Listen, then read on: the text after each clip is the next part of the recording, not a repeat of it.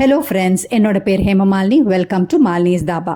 இன்றைக்கி நம்ம சேனலில் குழந்தைங்க முதல் பெரியவங்க வரைக்கும் விரும்பி சாப்பிடக்கூடிய பன்னீர் ரெசிபி தான் பார்க்க போகிறோம். வழக்கமாக எல்லாரும் பன்னீர் பட்டர் மசாலா, ஹைதராபாதி பன்னீர், பன்னீர் டிக்கா மசாலா செஞ்சுருப்போம். அதே நேரத்தில் நம்ம ரெசிபியும் நம்ம போட்டிருக்கோம் ஏற்கனவே. உங்களுக்கு விருப்பமாக இருந்தால் கீழே லிங்க் கொடுக்குறேன், பார்த்து தெரிஞ்சுக்கோங்க. இன்றைக்கி ரொம்ப டிஃப்ரெண்ட்டாக ரொம்ப டேஸ்டான பன்னீர் கீ ரோஸ்ட் ரெஸ்டாரண்ட் ஸ்டைலில் எப்படி செய்யறதுன்னா இந்த வீடியோவில் பார்க்க போகிறோம். இது ஒரு அருமையான லஞ்ச் பாக்ஸ் ரெசிபி. குழந்தைங்க விரும்பி சாப்பிடுவாங்க. ஒரு தடவை ட்ரை பண்ணி பாருங்கள். அதுக்கு முதல்ல இது வரைக்கும் நம்ம சேனலை சப்ஸ்கிரைப் பண்ணாமல் இருந்தால் மறக்காமல் சப்ஸ்கிரைப் பண்ணி வச்சுட்டு பக்கத்தில் இருக்க பெல் பட்டனையும் ப்ரெஸ் பண்ணி வச்சுக்கோங்க. அப்போ தான் நான் போடுற வீடியோஸ்லாம் உங்களுக்கு நோட்டிஃபிகேஷனில் வரும். வாங்க டிலே பண்ணாமல் எப்படி செய்யலான்னு பார்க்கலாம். பன்னீர் கீ ரோஸ்ட் செய்கிறதுக்கு முதல்ல ஒரு மசாலா பேஸ்ட் ஒன்று ரெடி பண்ணிக்கலாம். அதுக்கு அடுப்பில் பேன் வச்சு 6 காஷ்மீரி மிளகாய் சேர்த்துக்கோங்க. ஃப்ளேமை லோவில் வச்சு நல்ல மிளகா நல்ல பொன் நிறமாக வரைக்கும் நல்லா ஃப்ரை பண்ணி ஒரு பக்கத்துக்கு எடுத்து வச்சுக்கலாம். அதே பேனில் 1 டேபிள் ஸ்பூன் அளவுக்கு மல்லி, 1 டீஸ்பூன் சோம்பு, 1 டீஸ்பூன் சீரகம், 1 டீஸ்பூன் மிளகு, 1/4 டீஸ்பூனுக்கும் குறைவாக வெந்தயம் சேர்த்துக்கோங்க. 4 கிராம்பு சேர்த்துக்கோங்க. இதையும் சேர்த்துட்டு ஃப்ளேமை லோவில் வச்சு நல்லா ஃப்ரை பண்ணி எடுத்துக்கோங்க. எந்த அளவுக்கு ஃப்ரை பண்ணுறீங்களோ அந்த அளவுக்கு டேஸ்ட் ரொம்ப நல்லாயிருக்கும், மனமும் ரொம்ப நல்லாயிருக்கும். கருகாமல் பார்த்துக்கோங்க. இந்த அளவுக்கு வறுத்த பிறகு ஒரு பக்கத்துக்கு எடுத்து வச்சுக்கலாம். நம்மளோட மிளகாவும் நல்லா சூடு ஆறிடுச்சு. மிக்சி ஜாரில் சேர்த்தாச்சு. இப்போ பாருங்கள், இந்த அளவுக்கு நல்ல முறுமுறுன்னு இருக்கணும். இதுலேயே நம்ம வறுத்து வச்சுருக்க சீரகம், மிளகு, சோம்பு அதெல்லாத்தையும் சேர்த்துக்கலாம்.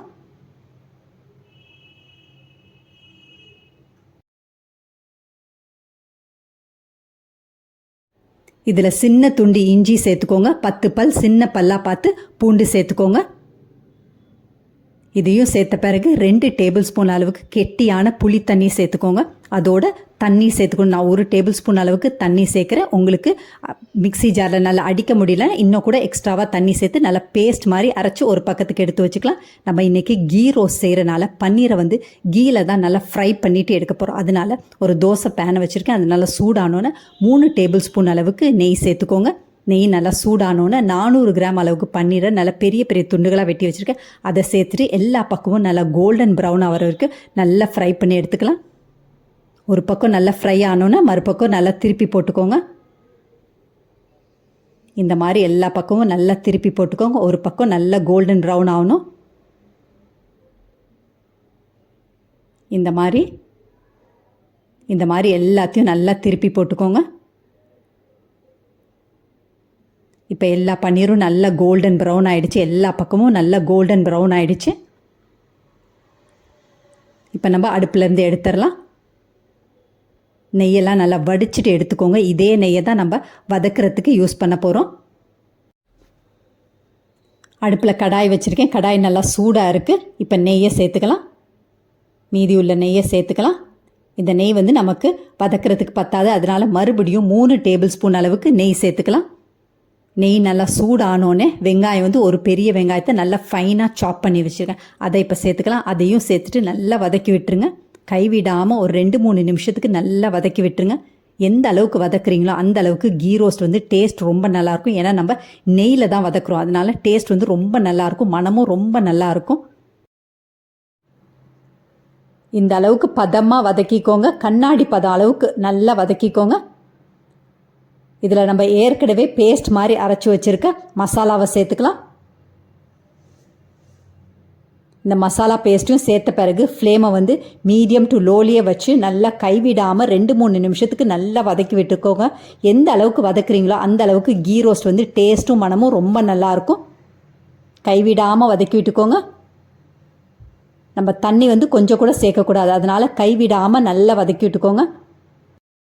மசாலாவோட பச்சை மணமும் போகணும். அதே நேரத்தில் அடி பிடிக்காமல் பார்த்துக்கோங்க. கைவிடாமல் வதக்கி விட்டுக்கோங்க. இதில் 2 டேபிள் ஸ்பூன் அளவுக்கு கெட்டியான தயிர் சேர்த்துக்கோங்க. தயிரையும் சேர்த்துட்டு மறுபடியும் 2-3 நிமிஷம் நல்லா கைவிடாமல் நல்லா வதக்கி விட்டுக்கோங்க. சுருளை வேகணும், அந்த அளவுக்கு நல்லா வதக்கி விட்டுக்கோங்க. இந்த அளவுக்கு பதமாக வதங்கின பிறகு கீ ரோஸ்ட்டுக்கு தேவையான உப்பு சேர்த்துக்கலாம். உப்பு 1 டீஸ்பூன் அளவுக்கு உப்பு சேர்த்துக்கோங்க. உப்பையும் சேர்த்துட்டு ஒரே ஒரு நிமிஷம் நல்லா வதக்கி விட்டுக்கோங்க. இதில் 1 டீஸ்பூன் அளவுக்கு சர்க்கரை, அப்படி இல்லைன்னா வெல்லம் சேர்த்துக்கோங்க. நான் இன்றைக்கி 1 டீஸ்பூன் அளவுக்கு வெல்லம் சேர்க்குறேன். வெல்லமும் சேர்த்த பிறகு நல்லா வதக்கி விட்டுக்கோங்க.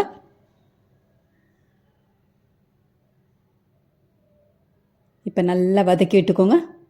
இதில் நம்ம ஏற்கனவே நல்லா ஃப்ரை பண்ணி வச்சுருக்க பன்னீரை இப்போ சேர்த்துக்கலாம். பன்னீரை சேர்த்த பிறகு ஒரு கொத்து கருவேப்பிலை, ஃப்ரெஷ்ஷான கருவேப்பிலையாக சேர்த்துக்கோங்க. காஞ்ச கருவேப்பிலை சேர்க்கக்கூடாது. டேஸ்ட்டும் மனமும் கண்டிப்பாக நல்லா இருக்காது. ஃப்ரெஷ்ஷானது சேர்த்தா தான் மனம் வந்து ரொம்ப நல்லாயிருக்கும். ரெஸ்டாரண்ட் ஸ்டைலில் மாதிரியே உங்களுக்கு கிடைக்கும். இதையும் சேர்த்த பிறகு நல்லா வதக்கி விட்டுக்கோங்க. மசாலா வந்து இந்த பன்னீரில் நல்லா கோட் ஆகிற மாதிரி நல்லா பெரட்டி விட்டுக்கோங்க. பாருங்கள், அருமையான ரெஸ்டாரண்ட் ஸ்டைல் பன்னீர் கீ ரோஸ்ட் வந்து ரெடி ஆயிடுச்சு.